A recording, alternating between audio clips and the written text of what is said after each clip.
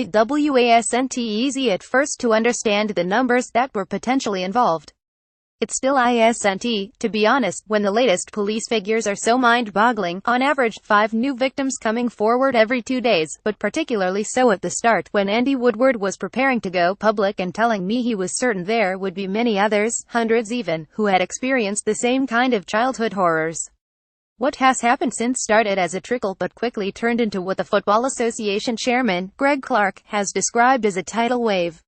At the time, however, I can remember going to Andy, on the day before publication, to make absolutely sure he was happy to put the numbers so high. His response was that it might even be higher. The store went out. Difficult knowing how to introduce this one, I wrote on Twitter.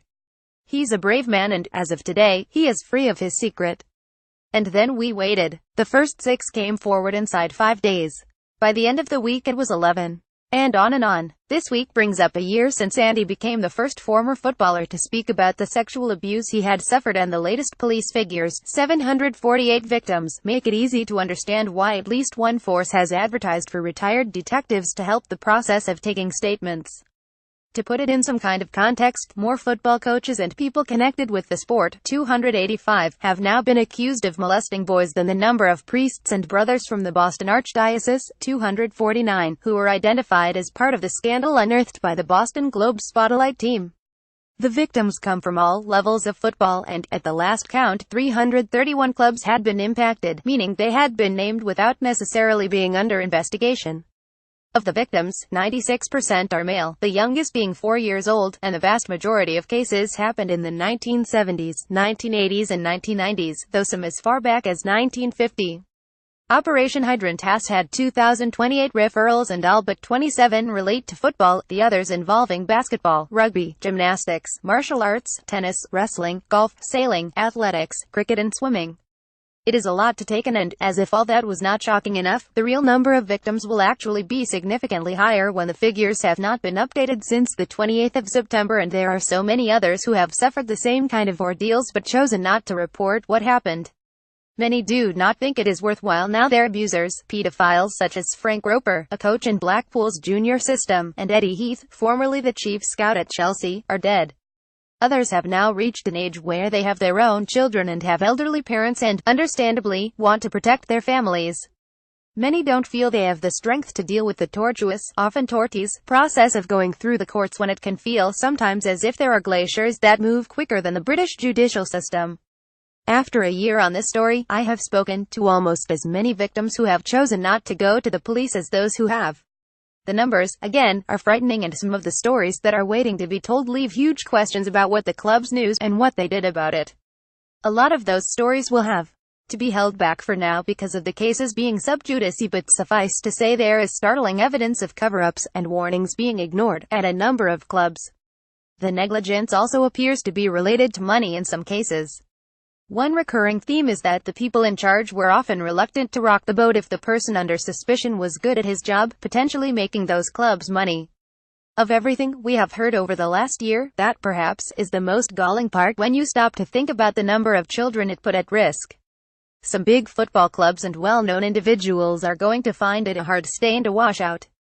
Aston Villa certainly need to explain what precisely happened after they were notified about the crimes of Ted Langford, a part-time scout for the club, during the late 1980s, and maybe we will also hear from Dario Grotti at some point about his own judgment over the years.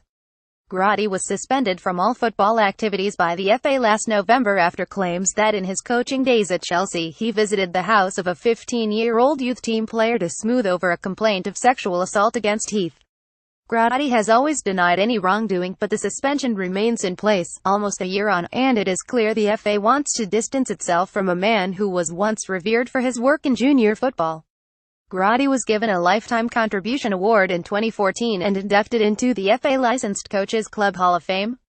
His photograph has been taken down from the walls of St. George Park and his name has been removed from the relevant wall display. Hopefully we will get some more answers when the FA's independent inquiry, led by Clive Sheldon QC, is published, and perhaps, in time, there will also be an explanation from Gordon Taylor, chief executive of the Professional Footballers Association, about why his organization did not do more after the 1997 Dispatches documentary Soccer's Foul Play made it clear there was a serious problem inside the sport.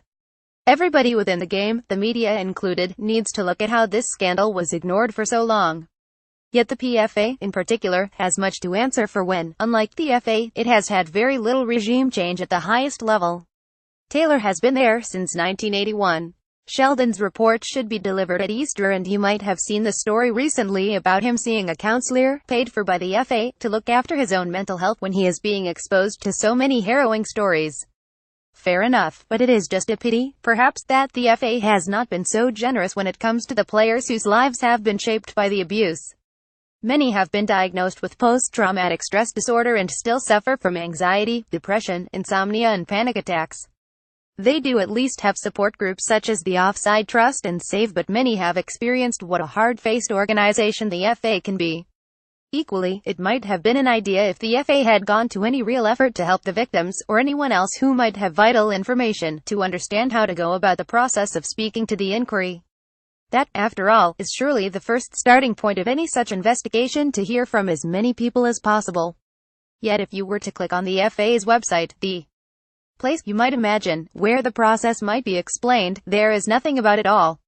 Instead, the FA, acting independently of the barrister, has set up a convoluted and hard-to-locate system whereby the only way anyone can submit evidence is by clicking on the website for sport resolutions and going through a link named Football Review.